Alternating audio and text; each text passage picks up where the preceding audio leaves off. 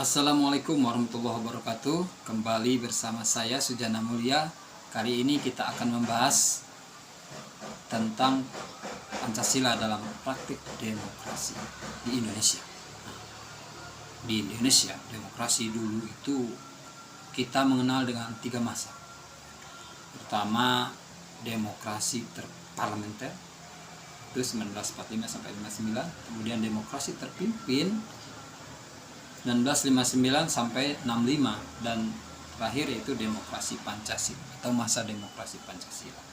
Bicara demokrasi ya nggak jauh-jauh lah dengan pemilu ya.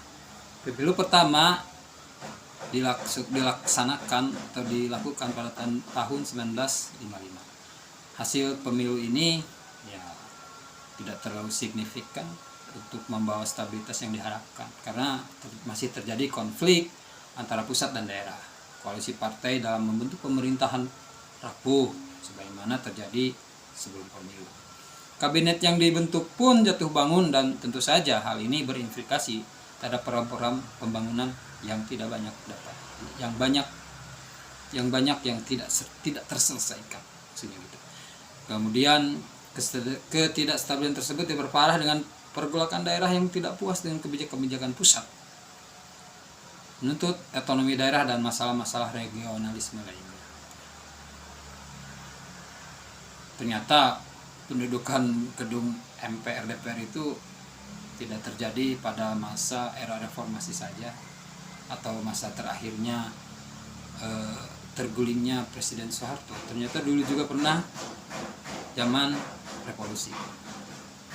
Itu mahasiswa benar-benar duduk di atas gedung DPR, di atapnya.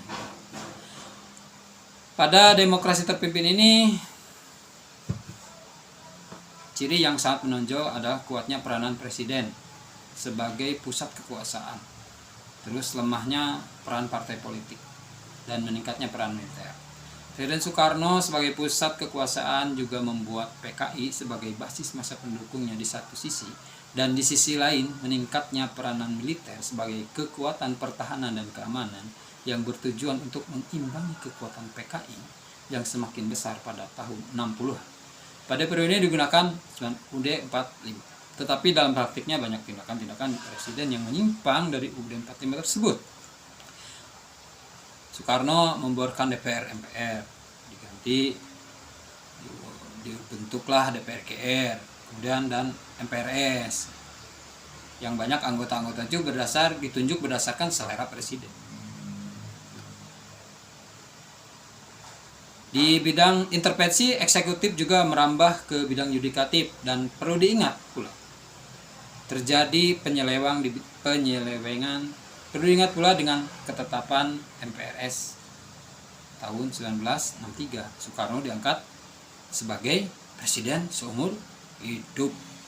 Luar biasa. Dan banyak-banyak lagi penyelewengan bidang lain. Pers tidak bebas. Pers yang banyak yang diberandal lah, pers. Apalah itu berandal, terutama yang dianggap menyimpang dari rel revolusi.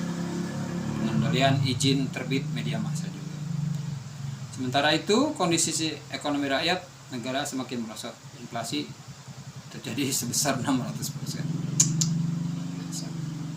Kondisi ini mendorong makin berkembangnya dan kuatnya komunisme di Indonesia. Ingat, paham komunis cepat berkembang pada masyarakat miskin.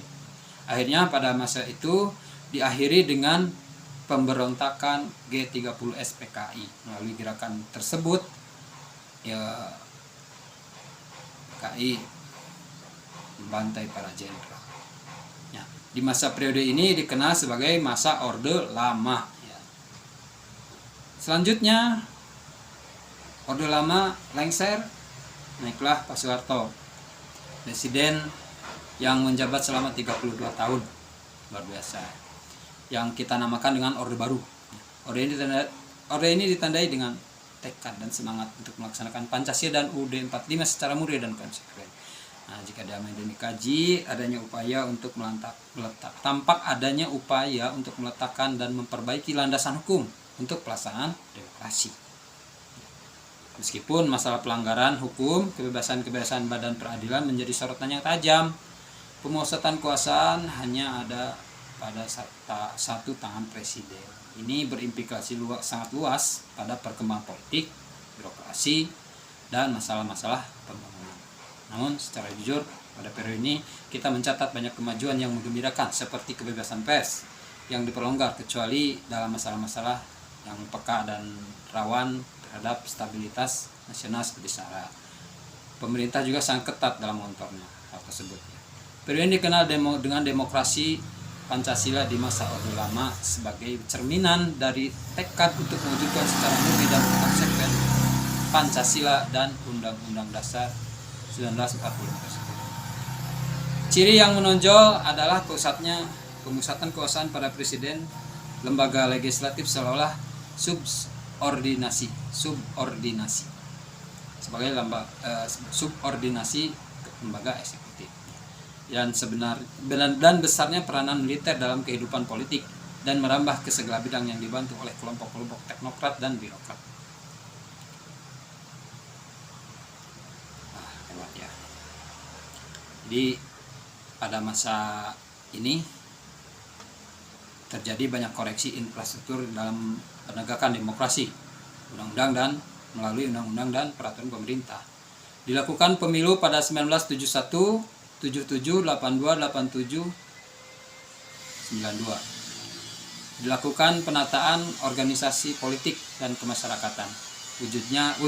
Wujudnya penyederhanaan jumlah parpol mulai dari 9 parpol plus 1 Golkar tahun 71 dan kemudian 2 parpol dan 1 Golkar pada pemilu selanjutnya. Pada pelaksanaan pemilu pun masih banyak kekurangan, namun kalau dilihat dari proses perkembangan tanpa adanya kemajuan.